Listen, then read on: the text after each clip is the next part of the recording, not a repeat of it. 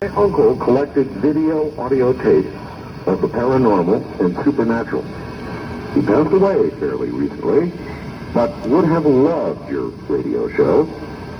He let me listen to one of the audio tapes that he had on the sounds from hell in Siberia, and I copied.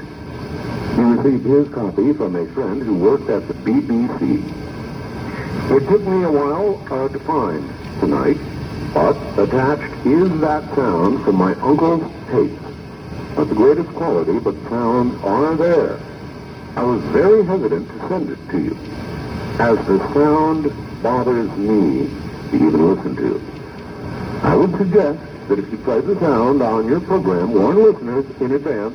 They may have the option then of turning the radio off for 30 seconds while it plays. It has always haunted me. For those who discounted the Siberia sounds from hell story, it is true, and I, for one, wish it wasn't. Signed, Rick, listening from Chicago. And so here it is, for what it's worth, I respect the sounds from hell.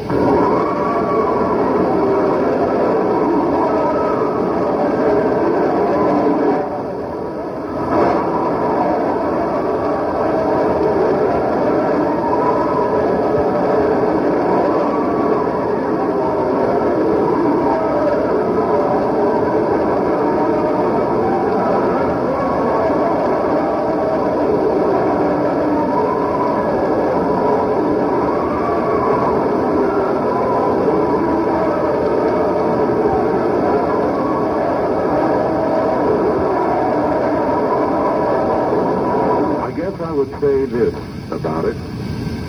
Wherever that is, whatever you want to believe, and whatever that really is, wherever it is, I would not want to be there.